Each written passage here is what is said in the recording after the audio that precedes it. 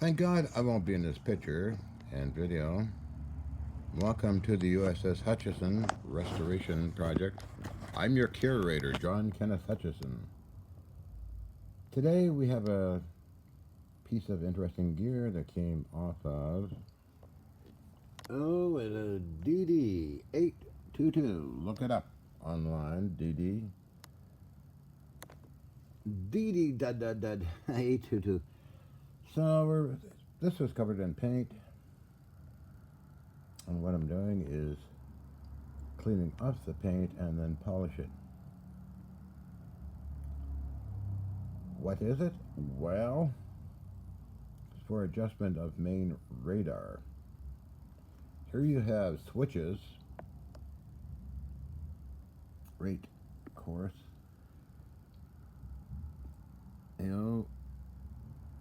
and directional. What happens here is that these switches, this is full of synchro motors, by the way. There's no vacuum tubes or transformers in this unit. It's all synchro motors with wires going to these switches, which go to amplifiers, drive amplifiers, DC amplifiers, Metadyne gearing motors, DC motor types, as well as AC motors. And on the bridge, you would operate one of these to activate, let's say, the amplifiers, like so. Then you would steer this, meaning that when you do that, the synchro motors or salsa motors put out a signal to operate into the amplifier to direct the ship's antenna system. Okay. It looks like this unit is very clean. No damage, no bruises or anything. It's got a compartment here for fuses and other things. When you turn these, of course, this comes off and you can service it. The synchro in there is pretty big, similar to the target designation system that I showed yesterday on my preview on the forward section of the ship. A little laughing there. Should be serious. I'm trying to do a serious video, but I think it's kind of interesting because I used to do lectures and still do. I'm kind of serious, but I can be delirious. However, back to reality here, and this, we could look down here for your perusal. Needs to be cleaned up. CW23 AFC control unit. The control unit for radar. On the warships I worked on, for them, I never saw one of these. I did see a mortar launching device. I had that up I took that up to my apartment, mounted it. It was heavy too. This is about, what, 70 pounds, I think, maybe less, in that range. It's very heavily constructed. And it's an interesting piece, deserves to be polished up. I have an engine revolution telegraph panel that needs to be polished as well, which is like this, except it's just got indicators on it. I mean, it's heavy brass and no tuners or switches on it. It is just shows you the engine revolutions. You might have seen them if you're looking at other Navy ships, like USS Texas or New Jersey. They have tours and film stuff as well, and talk about things quite interestingly and very well done. So like that. Well, I did have one other piece. It's not in view right now, but it's in the other part that goes with this, actually, the junction box, basically. I don't know if it's brass or not, but I'll discover that a while. However, so this came from the United States. This came from Mr. Alec in Greece, and I'm still cleaning that one up. It's a pedestal mount for you. Of course, I mentioned this before in another video. For that gyro repeater system. So continuing right along, I will take some very fine polishing material and go over all of this, and to be ready to put in its proper location, if you know what I mean. I know I'm so tempted to act silly, but I don't think it's good to do it all the time. And that being said, just around the corner, we might as cover another topic here. I'm not sure if you know about these, but we'll just move the chair here for a moment. There's different time periods in warships.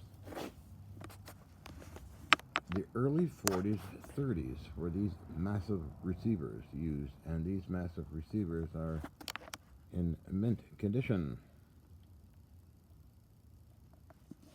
Kind of known by fellow collectors as the 3 alphabet letters, or whatever you want to say, radio receivers, RAB, RAK7, and all these different names like that, RAO.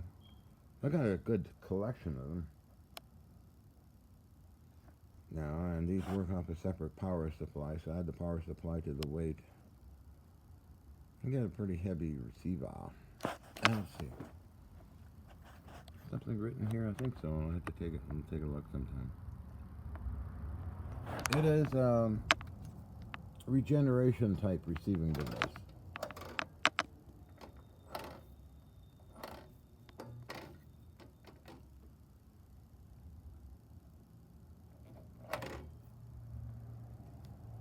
Quite amazing receivers. I'm finding that the older receivers are better than these plastic things that come out. Seeing YouTube videos of their little transceiver or receiver and operating these radios myself, I found that these are a lot more sensitive and display a lot more information than those plastic pieces. They just don't hold up. So that's pretty cool. So and there's more modern versions, the R390 series over there, as well as this series here. You might have seen some of the videos where I had this turned up and running. It has a matching exciter, transmitter, a bunch of them I got in, as well as the final RF amplifier that puts out about 100 watts, up to about 30 to 32 megacycles, depending on sometimes on the model, but it's pretty good. So we're getting there. While I'm in the area here, another museum piece came in. It actually came from a museum. General radio gear, signal generators with the capabilities going to 2 volts out in RF mode. These things are amazingly well built, military standards, and this one is from the military. From the museum that closed down. I did get it in California. I did get an Oricon deactivated Canon. We'll go over that someday. From a museum in California as well. To the Canon Superstore. Alright, let's see what it says here on this piece of fine engineered stuff. Close here. United States Navy. Serial number. Bureau of Ordnance. U.S. Naval. Can't quite read that. Powder. Factories.